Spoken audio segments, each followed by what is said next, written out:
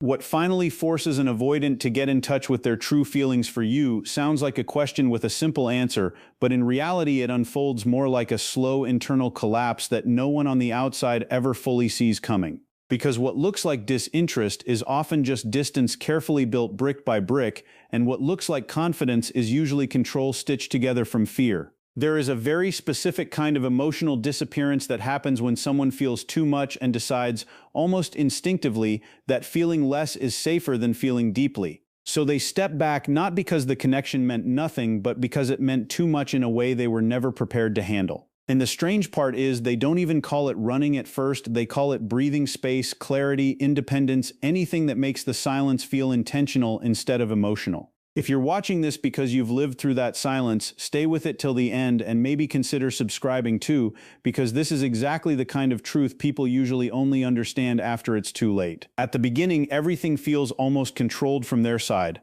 They create emotional distance so subtly that it can be mistaken for balance, as if they are simply someone who doesn't need much, someone who values space more than intensity. But beneath that surface there is a constant internal negotiation happening. Stay close and risk losing control, or step back and regain a sense of safety. And more often than not, they choose distance, convincing themselves that detachment is maturity. They don't always realize that what they are actually doing is numbing the very system that allows real connection to grow. So while the other person is trying to build emotional closeness, they are quietly dismantling it in real time, not out of cruelty but out of self-preservation. The irony is that the more stable and emotionally available the other person becomes, the more threatening it can feel internally, because stability invites depth, and depth demands presence, and presence is exactly what they are trying to avoid. So they begin to retreat in small ways first. Delayed replies, shorter conversations, less emotional exposure, until eventually distance becomes their default language, even when nothing is wrong on the surface. But something unusual begins to happen when the connection wasn't just casual, when it actually left an imprint deeper than their usual experiences. Because even after they step back, the emotional residue doesn't fully disappear. It lingers in unexpected moments, not as clear thoughts but as subtle disruptions in their usual mental silence. A song triggers a memory they didn't plan to revisit. A random moment in the day brings an image of a conversation they thought they had already filed away. And at first they dismiss it, because avoidance is not just physical distance, it's also mental discipline. They tell themselves it didn't mean that much, that they are better off without emotional complication. But the mind doesn't always obey those instructions, especially when something has already bypassed their defenses. This is where the first real crack begins, not in their behavior but in their internal consistency. They start noticing that their usual emotional neutrality isn't as clean as it used to be. Something is interfering with it, quietly, persistently, and without permission. And then comes the shift they never really expect to feel so strongly: life continuing without them at the center of your emotional world. At first they assume distance will create a reaction, maybe pursuit, maybe emotional collapse, maybe repeated attempts to reconnect. That expectation sits quietly in the background of their decision to withdraw. But when instead they see composure, continuation, even growth, something inside them becomes unsettled in a way they can't immediately name. It's not loud jealousy, not obvious panic, but a quieter psychological disruption. The narrative they unconsciously built, that they were the emotional anchor, is suddenly no longer confirmed. And when that confirmation disappears, the mind starts to search for explanations. They begin observing more than they admit, noticing more than they should, replaying moments they pretended didn't matter. It is at this stage that avoidance starts losing its stability, because detachment only works when it feels like it has no emotional cost. Once the cost becomes visible, even subtly, the entire structure begins to feel less solid than they want to believe. Eventually, the internal space they kept so tightly controlled starts filling with the very thing they were trying to avoid: feeling. Not all at once, not in a dramatic explosion, but in fragments that grow heavier over time. Late at night, when distraction is gone and silence becomes louder than thoughts, the emotional backlog starts to surface. Memories they didn't invite begin replaying with uncomfortable clarity, not just the good moments, but the emotional intensity they once tried to minimize. And now those moments carry weight they didn't carry before. This is where logic starts to argue with emotion internally. Logic says it wasn't that deep, it wasn't that serious, it wasn't worth revisiting. But emotion doesn't respond in arguments, it responds in pressure. And that pressure builds quietly until even their usual coping strategies, distraction, rationalization, emotional shutdown, start to feel less effective. What once gave them control now feels like avoidance of something that refuses to stay buried. And right at the edge of this internal shift, something even more complicated begins to form. The awareness that reaching out is possible but not safe in the way they once believed safety worked.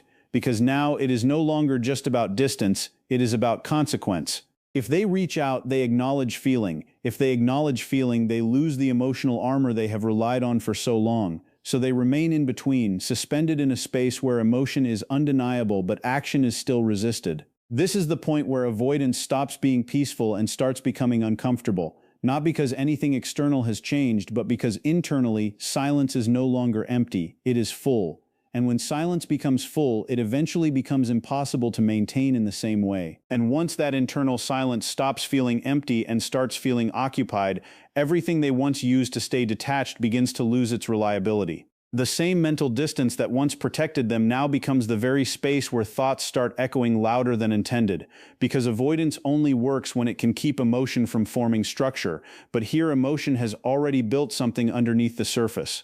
They try to return to their usual rhythm, staying busy, redirecting attention, convincing themselves that nothing has fundamentally changed, but the mind doesn't reset as easily as the behavior does. There is a subtle disruption in their emotional autopilot, as if something in their internal system is no longer responding the same way to familiar inputs. Even ordinary moments start carrying unexpected associations, and what was once background noise in life begins to feel slightly distorted, as though everything is pointing back to one unresolved presence they thought they had already left behind. At the same time, something even more psychologically unsettling begins to unfold, the realization that the connection did not end the way they internally expected it to. In their mind, distance often creates dependency, and dependency leads to emotional chasing, but when that pattern doesn't appear, it creates a kind of cognitive imbalance.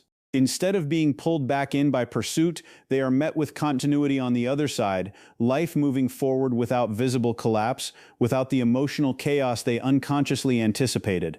And that contrast starts to create friction inside their interpretation of the past.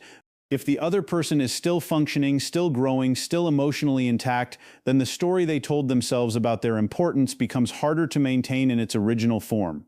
This is not something they openly admit, but internally it begins to reshape how they evaluate the entire connection, not through emotion yet, but through quiet reprocessing of meaning. And in that reprocessing, memory begins to behave differently. It stops being a passive archive and starts becoming active interruption. Moments that were once categorized as insignificant begin resurfacing with emotional clarity they didn't previously carry. A conversation that felt casual now feels layered. A silence that seemed neutral now feels charged with meaning. Even the smallest gestures start to reappear in their mind with unsettling persistence, not because those moments have changed, but because their emotional system is no longer filtering them through detachment alone. What they once suppressed is now returning in fragments, and fragments have a way of assembling themselves into something harder to ignore than a single overwhelming thought. This is where avoidance becomes unstable, not because they suddenly want to feel everything, but because they can no longer fully control what rises to the surface. And as this internal instability grows, the external world begins to mirror a shift they cannot fully articulate. They notice patterns where there used to be certainty. They start interpreting neutral situations through a more emotionally reactive lens, even if they don't admit it. There is a growing sensitivity to what they once considered irrelevant: who is around you, how you are perceived, whether you seem emotionally unaffected. It is not dramatic jealousy, but something far more subtle and harder to rationalize: the discomfort of realizing that their absence did not create the emotional dependency they expected. Instead, it created space, and in that space they are no longer the central emotional reference point. That realization doesn't arrive as a single thought, but as a slow accumulation of unease that begins to challenge their original sense of control. And this is where their coping mechanisms start to show strain. The strategies that once allowed them to regulate emotional intensity, withdrawal, intellectualization, emotional minimization, begin to feel less effective because the emotion is no longer external. It is internal now, which changes everything. You cannot outdistance what is already inside your own awareness. So they attempt to reassert control by returning to logic, by reconstructing narratives that reduce emotional weight, but logic alone cannot fully erase emotional residue once it has reached this stage. The more they try to simplify what they are feeling, the more complex it becomes underneath that simplification. It's as if the mind is trying to compress something that has already expanded beyond containment. And in that compression, pressure builds not explosively but steadily until even silence feels like it has emotional texture. And then comes the moment that quietly shifts everything without announcement. They begin to imagine reaching out not as a decision but as an impulse that interrupts their usual internal boundaries. It doesn't mean they act on it yet, and that is what makes it more significant.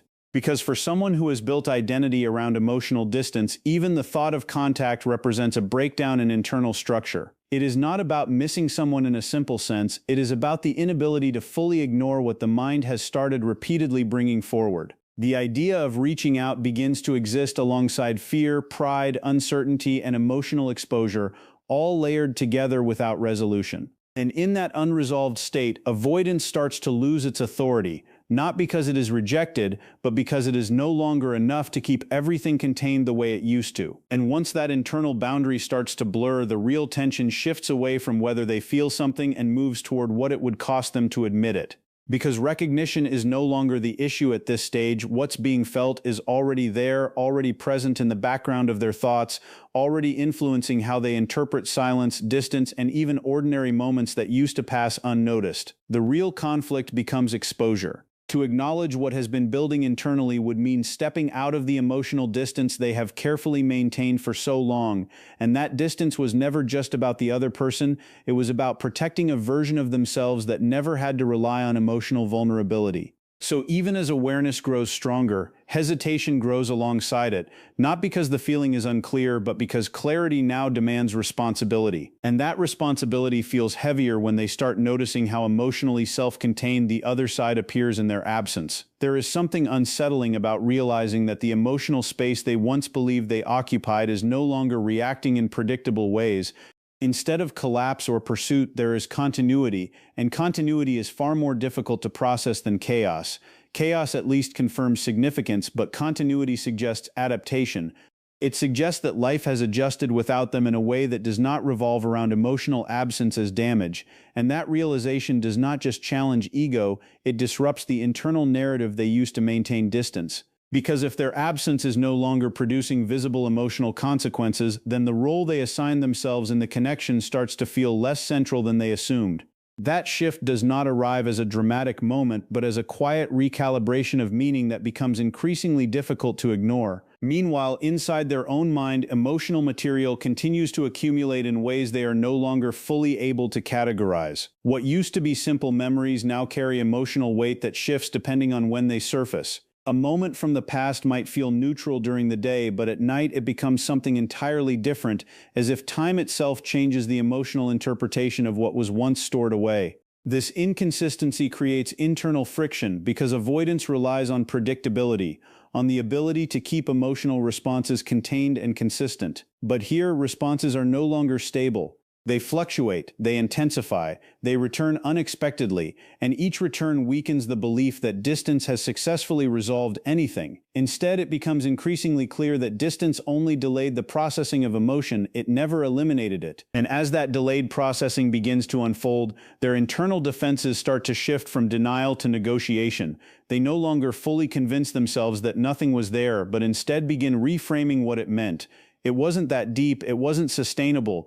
It wouldn't have worked anyway. These thoughts serve as temporary stabilizers, allowing them to maintain emotional control without fully confronting the depth of what is surfacing. But the more they rely on reinterpretation, the more obvious it becomes that something significant is being managed rather than resolved. Emotional avoidance rarely disappears suddenly. It weakens gradually through repeated encounters with the same unresolved feeling that refuses to stay within the boundaries of rational explanation. And in that weakening, emotional truth starts to gain more space than emotional control. At the same time, something else begins to quietly intensify: the awareness of time passing without resolution.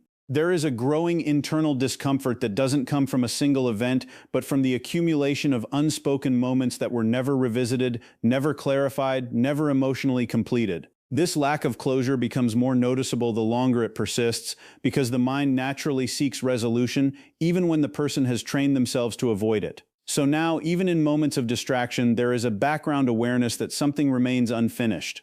An unfinished emotional material has a way of resurfacing in subtle but persistent ways, not demanding immediate action but refusing to fully fade. It lingers in thought patterns, in pauses, in the quiet spaces between decisions, and eventually that lingering presence starts to influence behavior in ways that are not fully intentional. There may be moments of checking, moments of wondering, moments of almost reaching before pulling back again. None of it is fully committed, but none of it is fully absent either. This in-between state becomes its own kind of psychological tension because it reflects a breakdown in the clarity they once relied on.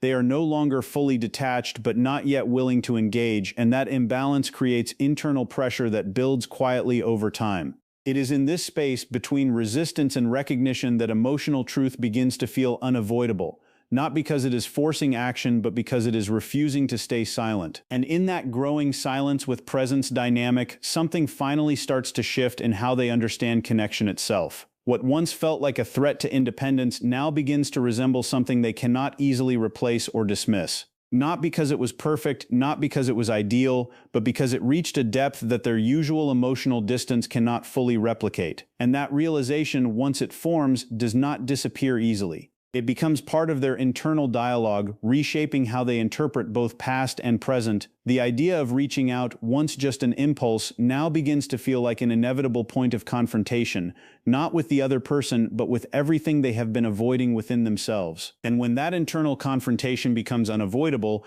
what follows is not a sudden burst of clarity, but a slow surrender of resistance that has been worn down over time. The emotional weight that was once managed through distance now begins